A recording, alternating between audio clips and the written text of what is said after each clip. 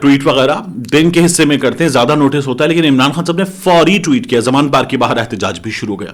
ایک جانب یہ خبریں تھیں, تو ساتھ میں کیا ہوا کہ عمران ریاض خان کی طرف سے ہمیں پتا چلا وہ دبئی جا رہے تھے ایک فیملی کے کام کے سلسلے میں, انہیں لاہور کے ایئرپورٹ پر روک لیا گیا. اور پھر عمران ریاض خان نے یہ بتایا کہ انہوں نے کہا ہے کہ آپ کیا کر رہے ہیں, تو ان کو بتایا گیا کہ ان کا نام بلیک لسٹ میں ہے. پھر ان کو یہ بتایا گیا کہ ایف آئی اے سے بات ہو رہی ہے. عمران ریاض خان نے کہا کہ گرفتار کرنا ہے تو آپ کو کر لیں, تو انہوں نے کہا انتظار کریں, انتظار کرنے کا کہا. پھر ان کو بتایا گیا کہ ایف آئی اے والے آ رہے ہیں. عمران ریاض خان نے کہا کہ مجھے گرفتار کیا جا سکتا ہے, اور اس کے بعد عمران ریاض خان صاحب سے ان کے موبائل فون وغیرہ لے لیے گئے, ان کو گرفتار کر لیا گیا. ایسی اطلاعات آ رہی تھیں, کیونکہ یہ اطلاعات آئیں کہ گھنٹہ پلس وہ ایف آئی اے کی تحویل میں تھے, اور پھر پاکستان زندہ باد انہوں نے لکھا. اس کے بعد پھر کوئی کمیونیکیشن نہیں تھی. ان کی ٹیم کے جو لوگ گئے تھے ان کے ساتھ وہ بھی باہر تھے, تو ان کو بھی نہیں پتا تھا. پھر ہمارے دوست رائے ثاقب کھرل وہ پہنچے ایئرپورٹ, اور انہوں نے وہاں سے ایک تصویر ہمارے سامنے رکھی جس میں ہم نے دیکھا کہ لاہور ایئرپورٹ قیدیوں والی وین پہنچا دی گئی. تو پھر ہمیں یہ اندازہ ہوا کہ عمران ریاض خان کو یہاں سے گرفتار کیا جا سکتا ہے. پھر تھوڑی دیر بعد انہوں نے بتایا کہ انتظامیہ بھی بار بار بیان بدل رہی ہے, کبھی کہہ رہے ہیں کہ نہیں پتا عمران خان کو کس گیٹ سے لے کر جائیں گے ایف آئی اے والے, اور کبھی کہہ رہے ہیں ممکن ہے پہلے ہی لے گئے, ہمیں کیا پتا.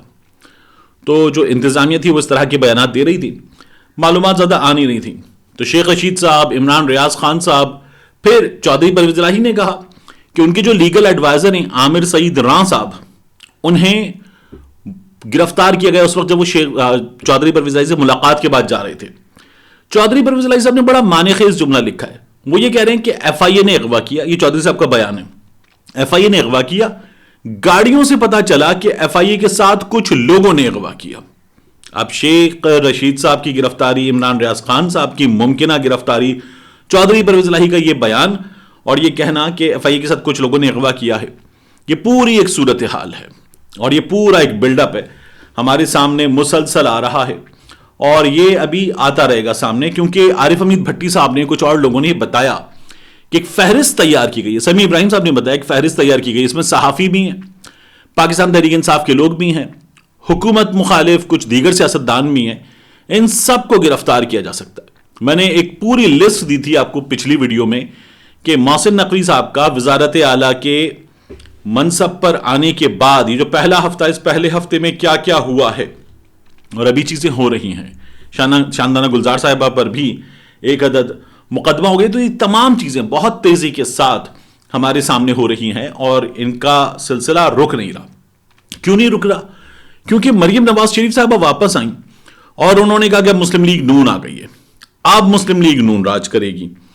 تو ایسا لگتا ہے کہ وہ راج شروع ہو گیا ہے, کیونکہ ان کی مرضی کی, میاں صاحب نے بھی کہا تھا بہترین نام ہے, ان کی مرضی کی ایسا لگتا ہے نگراں حکومت آ گئی ہے. تو مریم نواز شریف صاحبہ بہاولپور پہنچی, اور وہاں پہ یہ جلسہ ولسہ نہیں تھا, ورکرز کنونشن تھا. یعنی جو آئے تھے وہ اپنے تھے, بلائے گئے تھے, پھر بھی ایک خاردار تار لگا کر ان لوگوں کو, جو تعداد میں بھی شاید 150-200 لوگ ہوں گے, ان لوگوں کو بھی مریم نواز شریف صاحبہ سے بہت دور کیا گیا. اور پھر کچھ ٹی وی چینلز کے کیمرامین وغیرہ جو تھے, انہوں نے پیچھے کی ویڈیو بنائی کہ اتنی تھوڑی تعداد میں لوگ تھے, اور جب پیچھے کرسیوں کی وہ ویڈیو بنانے لگی جو خالی کرسیاں تھیں, تو ان کو کہا گیا یہ کیا کر رہے ہیں آپ, یہ نہیں کر سکتے.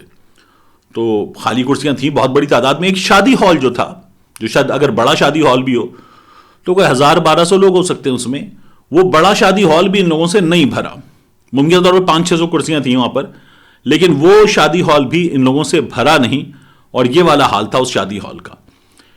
اب مسئلہ یہ ہے کہ مسلم لیگ نون اپنے ورکرز کو دے کیا.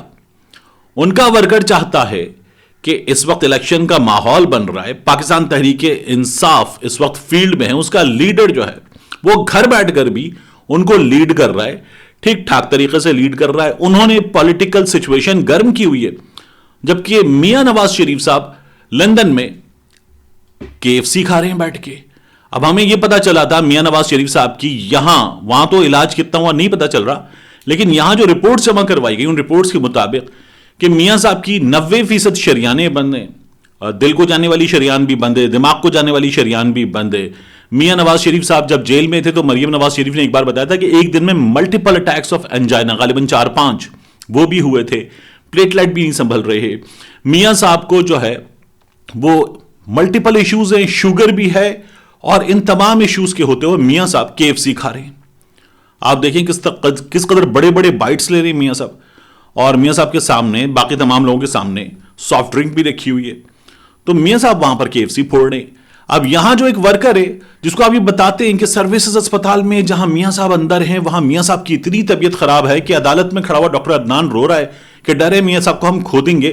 اور وہاں باہر لوگ آتے ہیں اور وہ بہت تھوڑے آتے ہیں لیکن ان کے لیے تمبو لگا دیا جاتا ہے, وہاں پہ سپارے رکھ دیے جاتے ہیں کہ تلاوت کرو, دعا مانگو, میاں صاحب کو کچھ ہونا جائے. پھر وہ میاں صاحب باہر جاتے ہیں. ایک آدمی جس کو اس قدر شدید پلیٹلیٹ کے مسائل ہیں وہ الٹے اس طرح کا شیف بناتا ہے, سامنے یہ بڑا سا پیالہ رکھتا ہے پھلوں کا, اور اس کے بعد جاتے ہوئے احسان اقبال صاحب سے گلے بھی نہیں ملتا. لندن پہنچتا تو فیملی کے لوگوں سے گلے ملنا شروع کر دیتا ہے کورونا کے دنوں میں. یہ سب کچھ ہم نے دیکھا ہے. تو وہ جو بیچارہ نون لیگ کا کارکن ہے اس کو تو ایسے چماٹ پڑ رہے ہیں, وہ بیچارہ کسی کو کیا بتائے کہ جو عمران خان ہے جس کو گولیاں لگی اس کے مقابلے میں میاں صاحب ہیں. لیکن میاں صاحب کر کیا رہے ہیں؟ میاں صاحب کبھی اٹلی میں بیٹھ کے کھانا کھا رہے ہوتے ہیں, میاں صاحب کبھی KFC میں بیٹھ کے کھانا کھا رہے ہوتے ہیں, میاں صاحب کبھی کافی پی رہے ہیں باہر بیٹھ کر, اور میاں صاحب کی ہیلتھ کنڈیشن ایسی ہے کہ میاں صاحب کو ابلی ہوئی سبزیاں کھانی چاہیے. ہمارے یہاں یہ بہت سارے مسائل ہیں. ہمارے ایک سینئر صحافی ہیں, انہوں نے مجھے کہا کہ جو تم سمجھتے ہو کہ میاں نواز شریف پہ اتنی تنقید کر کے کہ میاں نواز شریف نے پتہ نہیں کیا پیسہ بنا لیا اور پتہ نہیں کیا زندگی گزار رہے ہیں, وہ کہنے کہ وہ تو آدمی پرہیزی کھانے کھاتا ہے. ہم نے تو یہ دیکھا ہے کہ وہ انتہائی پرہیزی کھانے کھاتا ہے. میں نے کہا اچھا, میں نے آپ نے ان کے ساتھ کھانا, ہاں بالکل پرہیزی کھانے کھاتا ہے. مطلب پتہ نہیں کیسے کرتے ہیں یہ لوگ یہ باتیں. یہ بڑا پتیلا لندن کے اس شاندار محل میں جہاں ایک بہت خوبصورت ڈش ہو سکتی ہے, یہ بڑا پتیلا ٹیبل پہ رکھ کے میاں صاحب کھانا کھاتے ہیں. وہ عادتیں جو میاں صاحب کو گراس پہ بیٹھ کے چادر بچھا کے کھانا کھاتے وہ بڑے سے پتیلے کے ساتھ تھیں, وہ عادتیں اب بھی نہیں بدلی ہیں. اور پھر یہاں ہمیں بتایا جاتا ہے کہ جی میاں صاحب جو ہیں وہ بیمار ہیں اور میاں صاحب کا وہاں علاج چل رہا ہے. یہ علاج چل رہا ہے میاں صاحب کا. لیگی سپورٹر کو ایسے ایسے تھپڑ پڑتے اپنے مخالفین کی جانب سے, لیکن انہیں فرق ہی نہیں پڑتا تھپڑ پڑیں نہ پڑیں. ملتے ہیں انشاءاللہ آپ سے اگلی ویڈیو میں.